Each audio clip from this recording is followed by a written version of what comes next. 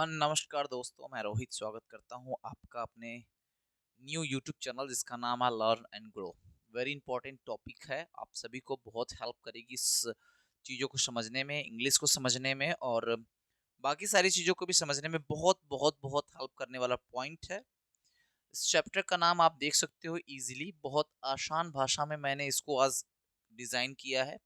ये पीडीएफ आपको मैं अगर आप कमेंट बॉक्स में मैसेज करोगे तो मैं आपको ये पीडीएफ आपको प्रोवाइड कर दूंगा। इस टॉपिक का नाम है टेंस। टेंस मतलब क्या होता है? होता है क्या? काल। क्या होता है? काल होता है। टेंस किसे कहते हैं? What is tense? टेंस क्या है? बहुत आसान भाषा में समझेंगे टेंस क्या है।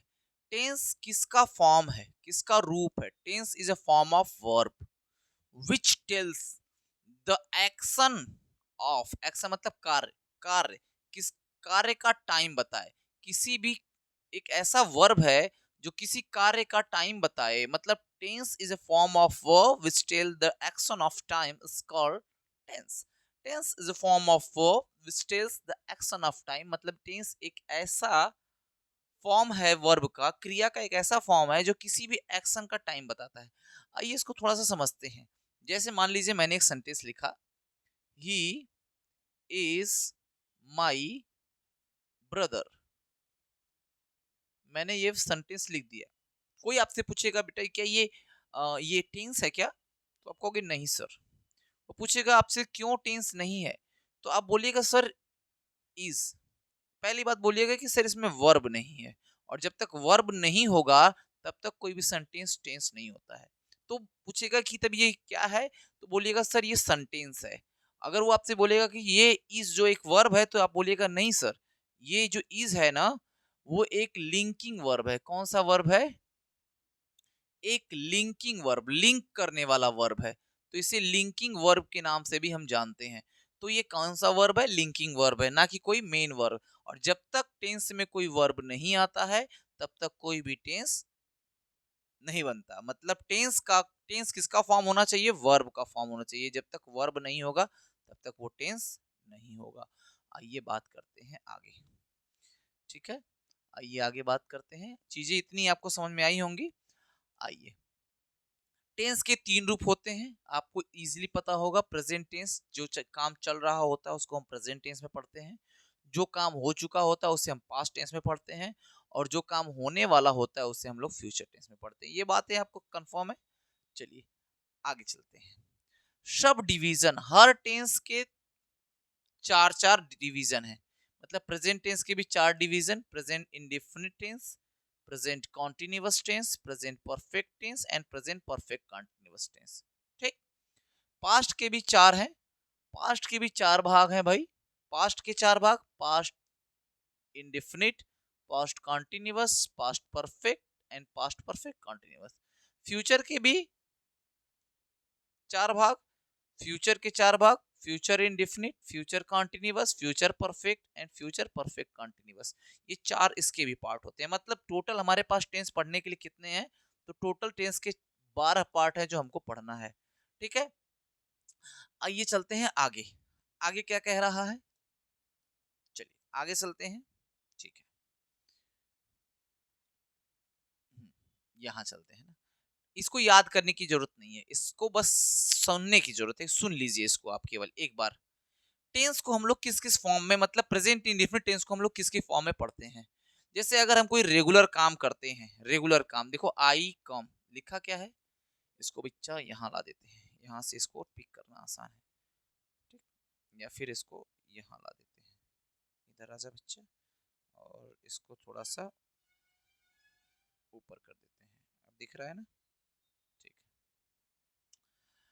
रेगुलर एक्शन मतलब जो काम हम रोज करते हैं उसके लिए हम प्रेजेंट इंडिफरेंट टेंस का यूज करते हैं। जैसे आई कम हियर डेली, मतलब मैं यहाँ रोज आता हूँ।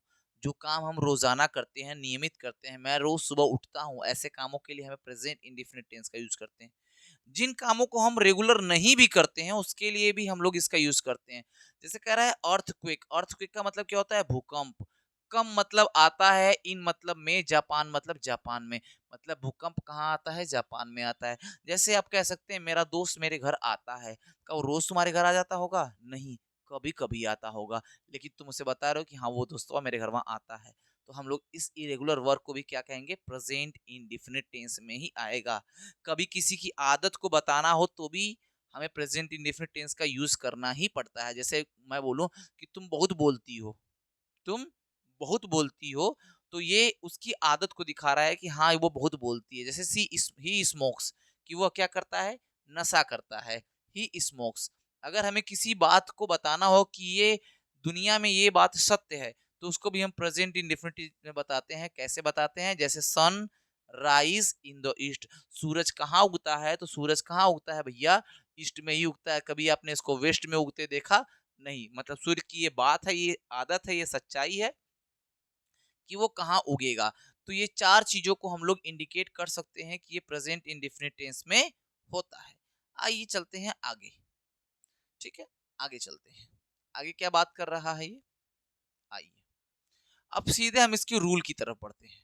प्रेजेंट इंडेफिनिट में कुछ चीजों को कॉन्सेप्चुअल पढ़ना पड़ेगा आपको। एक बार मैं इस रूल को समझाने से पहले आपको कुछ चीजें कॉन्सेप्ट की तरीके से याद करवा देता हूँ। क्या है ये? थोड़ा सा एक बार ध्यान देंगे, आपको सब याद हो जाएगा। ठीक, हम चार भागों में इसको पढ़ेंगे। इस पे नहीं दिख रहा है तो थोड़ा डार्क कलर और ले लेते हैं। चलिए इसको ले लेते हैं। ठीक, हट जा भाई तू। डार्क कलर और थोड़ा सा ले लेते हैं। ये डार्क कलर, ये डार्क कलर, ये डार्क कलर, ये। ठीक, हम दो भागों में पढ़ेंगे। ठीक, पहला हमारा रहेगा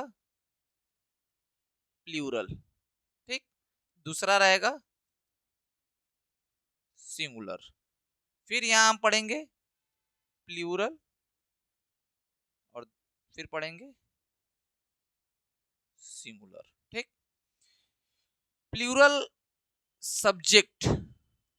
ठीक, प्लूरल सब्जेक्ट, सब सिंगुलर सब्जेक्ट, फिर प्लूरल सब्जेक्ट, फिर सिंगुलर सब्जेक्ट। अब अगर प्लूरल सब्जेक्ट के साथ अगर हमारा कोई सेंटेंस बनता है तो हमारे लिए फार्मूला क्या होगा? बहुत आसान फार्मूला हम लिखेंगे भैया, आपको याद हो जाए। क्या होगा? Subject plus verb. देखिए तुलना करके पढ़ेंगे ना, बहुत आसान से याद हो जाएगा। Subject plus verb plus object. ठीक, लेकिन अगर यही सिंगुलर के लिए बनेगा तो क्या बनेगा? Subject plus verb plus yes या यस प्लस ऑब्जेक्ट। फिर अगर प्लूरल प्लस निगेटिव के लिए हम बनाएंगे तो फार्मूला क्या बनेगा? Subject plus do plus not plus verb plus object. ठीक, अगर लेकिन इसको सिंगुलर के लिए बना दें, सिंगुलर निगेटिव के साथ बना दें, सिंगुलर निगेटिव के साथ इसको बना दे तो क्या फार्मूला बनेगा भैया? सब्जेक्ट प्लस वर्ब, सॉरी एक वर्ड पीछे आना पड़ेगा। Subject plus does plus not plus verb plus object. कोई दिक्कत है क्या? ये चार चीजें आपको अपने दिमाग में रखनी है। अगर सिंगुलर सब्जेक्ट आ गया, प्लूरल सब्जेक्ट आ गया, सिंगुलर सब्जेक्ट आ गया, अगर निगेटिव है तो ये चीजें चलेंगी, सिंगुलर है निगेटिव है तो ये चीजें चलेंगी। ठीक है, अब एक कॉन्सेप्ट और समझा देते हैं। सब्जेक्ट प्लूरल कब होगा और सब्जेक्ट सिंगुलर कौन होगा? तो प्लूरल सब्जेक्ट में जो आएगा बाबू वो आएगा दे आएगा, वी आएगा, ठीक, यू आएगा और आई आएगा। सिंगुलर में क्या आएगा? ही आएगा, शी आएगा, इट आएगा, नेम आएगा। ये सारी चीजें आपके सिंगुलर सब्जेक्ट में आएंगी। ठीक है, कोई दिक्कत हो रही है तो बताइए, कोई दिक्कत हो रही हो तो बताइएगा तुरंत। ठीक है, चले आइए थोड़ा सा यहाँ पे अपनी पीडीएफ में ध्यान देते हैं। कह रहा है फार्मूला सिंगुलर प्लूरल के लिए फार्मूला, सब्जेक्ट लगेगा, वर्ब की फर्स्ट फॉर्म लगेगी, ऑब्जेक्ट लगेगा। सिंगुलर सब्जेक्ट कौन कौन सा होगा हमारे पास? प्लूरल सब्जेक्ट कौन कौन सा होगा? आई, वी, दे, यू। और प्लूरल सब्जेक्ट होगा तो हमारे लिए फार्मूला ये लगेगा। ठीक, वहीं अगर सिंगुलर सब्जेक्ट होगा तो सिंगुलर सब्जेक्ट में आएगा, सब्जेक्ट में ही आएगा, सी आएगा, इट आएगा, नेम आएगा और सिंगुलर सब्जेक्ट। और इसके लिए फार्मूला क्या लगेगा, पहले सब्जेक्ट आएगा, फिर वर्ब आएगी, वर्ब में यस या यस आएगा, फिर ऑब्जेक्ट आएगा। ठीक है, इतनी सी बातें आपको ध्यान रखनी है। अब जो चारों फार्मूले हैं उस पर थोड़ा सा ध्यान देके हम लोग ट्रांसलेशन सीखते हैं। ट्रांसलेशन सीखने के लिए सबसे पहले हमको सब्जेक्ट का ध्यान देना पड़ेगा। जैसे मैं अगर बोलूं कि वह नदी से पानी पीता है, कहां से पानी पीता है, नदी से पानी पीता है, नदी से पानी पीता है, पानी, सॉरी पीता वाला पीता हो गया, पीता है। ठीक, एकदम आसान है। पहली बात तो वह लड़के का डिनोशन कर रहा है तो हम लोग इसको लड़का ही समझेंगे। तो बाबू ये हो गया ही। और आपने अभी पढ़ा कि ही जो आता है सिंगुलर सब्जेक्ट के अंतर्गत आता है, तो पानी पीना हम लोग फार्मूला लिख देते हैं, subject plus verb plus yes या ईएस प्लस ऑब्जेक्ट, यही लगेगा। तो ही पीना की इंग्लिश क्या होती है, ड्रिंक, तो ड्रिंक लिखेंगे, इसमें यस जोड़ देते हैं, ड्रिंक्स हो गया।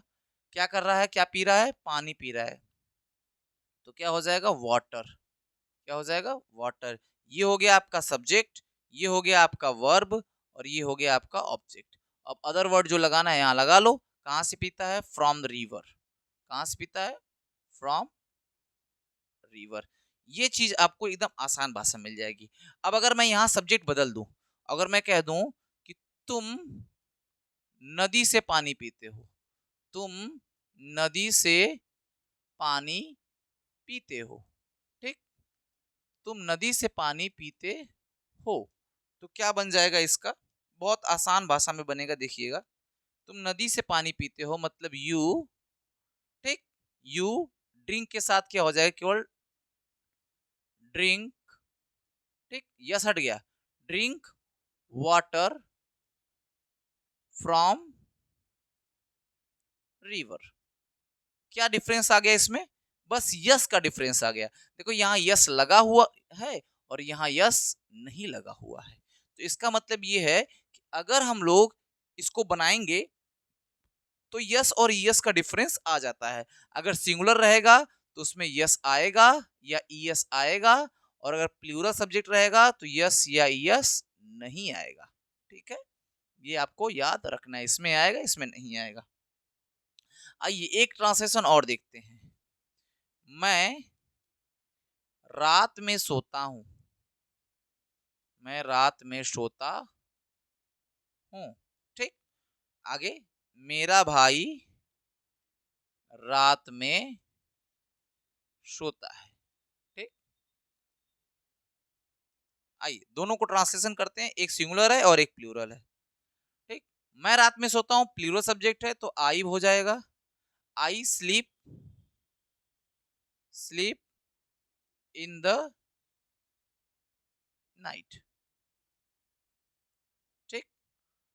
मे मेरा भाई, यहां मेरा भाई होना चाहिए, मेरा भाई रात में सोता है, तो माई ब्रदर, एक भाई के बारे में बात हो रही है, माई ब्रदर स्लीप्स हो जाएगा, स्लीप्स इन द नाइट, ठीक।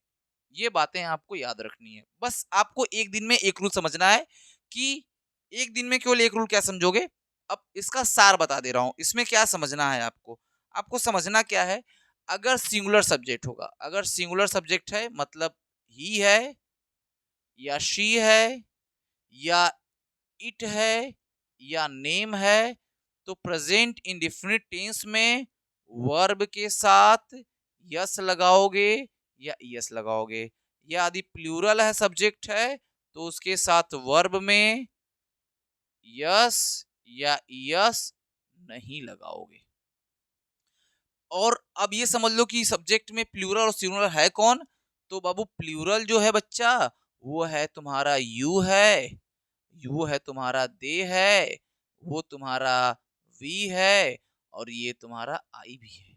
सिंगुलर में अगर देखना हो तो इतना ही बस तुमको याद रखना है, सिंगुलर में तुम्हें पता ही सी आई और नेम है, ठीक। ये तुमको बस याद रखोगे तो तुम्हारा प्रेजेंट इंडेफिनिट का पहला कॉन्सेप्ट क्लियर होगा कि वर्ब में यस या यस किसके साथ लगेगा, इसके साथ लगेगा और इसके साथ नहीं लगेगा। ये बात आपको आज कॉन्सेप्ट में याद रखनी है, बहुत बड़ी चीज नहीं है।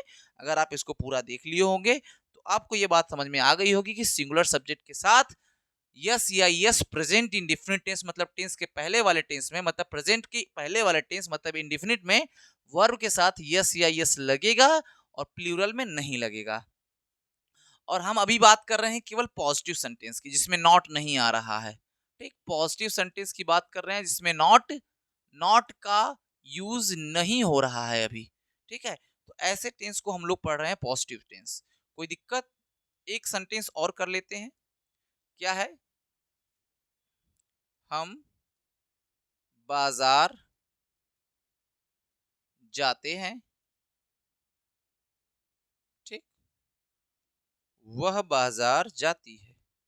वह बाजार जाती है, जाती है।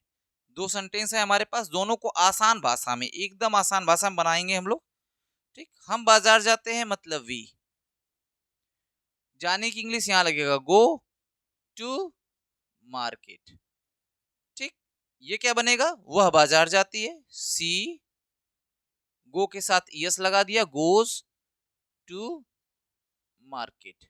एक चीज एक रूल समझ लो, अगर वर्ब में ओ आ गया तो उसके साथ ईएस जुड़ेगा। एक पहला रूल पहले बस ऐसे समझ लो कि ओ अगर आ गया तो इसमें ईएस जुड़ेगा। ठीक है, बहुत सारे रूल है कब ईएस जुड़ेगा, लेकिन फिलहाल में हमको केवल यही समझना है।